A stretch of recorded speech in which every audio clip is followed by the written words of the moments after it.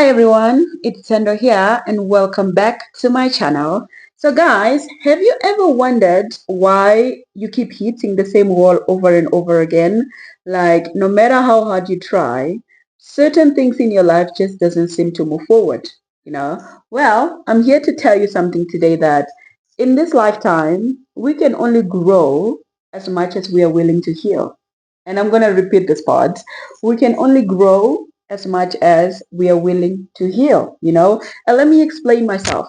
Let's say your life is a bucket, for example, and I know this is also a very weird example, but let's say your life is a bucket and growth in your life is like pouring water into that bucket, and the water that you're pouring into that bucket is represented by the new skills maybe that you're pouring into yourself, new opportunities, you name it, right? But if your bucket have holes underneath, and each and every hole underneath your bucket is represented by something like fear, you know, self-doubt, or maybe pain that you haven't healed. All that water, anything that you're going to pour into that bucket of yours is going to leak out. So healing is like patching the holes underneath your bucket so that growth or whatever that you're trying to pour into yourself can actually stays with you. And let me give you an example. In this lifetime, you can learn all the skills in this world, like you can learn all the skills in this world, but if you don't take time to heal things like self-doubt within yourself, you are going to say no to each and every opportunity that you get in this lifetime because deep down, you don't actually believe that you're good enough. And this used to be me, guys. I remember this one time, this girl that I love, and I really look up to this girl actually. She was hosting like a webinar, like a free webinar online. And I signed up for that thing, where she was going to dive into this topic that I'm really interested in. I signed up for it, and when the day arrives where I was supposed to log into the Zoom meeting, I chickened out. My self-doubt logged in that moment where I was supposed to log in, and it started telling me weird stuff like, what are you doing? Like, do you think you're good enough to actually be in the same room or in the same meeting with that girl? You know? And I don't want to lie, that day, my self-doubt won. I actually didn't log in, and that decision bugged me like for a very long time. And I still went and listened to the recorded webinar after that, but it was not the same.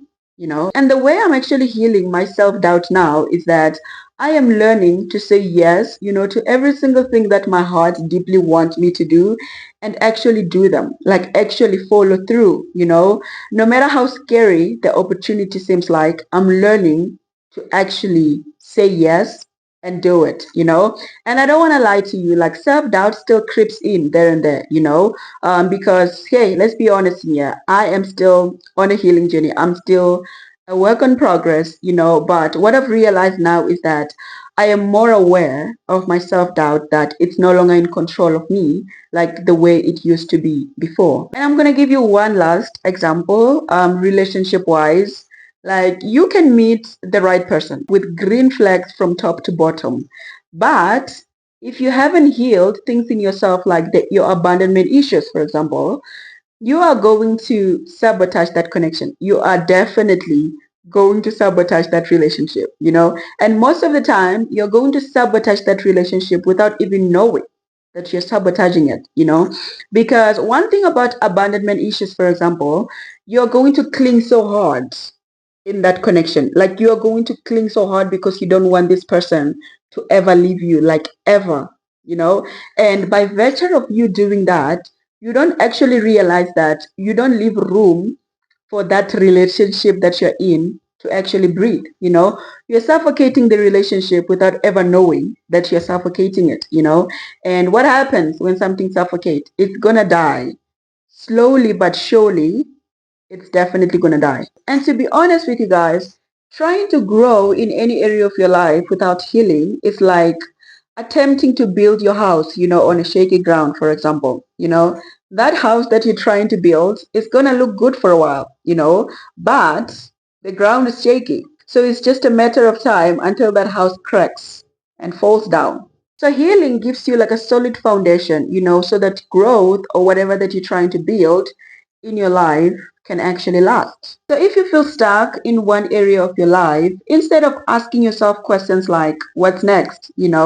Try asking yourself questions like, what do I need to heal? Like, what do I need to heal?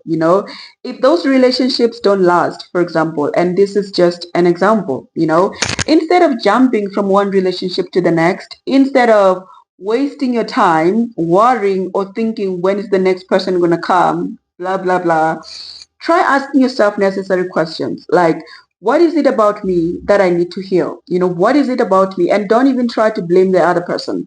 You know, work on yourself. What is it about me that actually contributed in the fall of my previous relationship?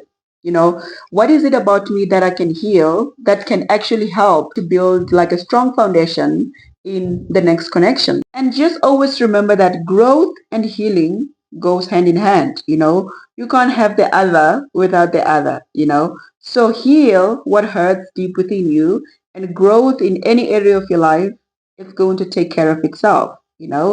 And that's my heart to yours today, guys. I cannot wait to see your heart in the comment section down below. And don't forget to like, subscribe, and I will see you guys in my next video.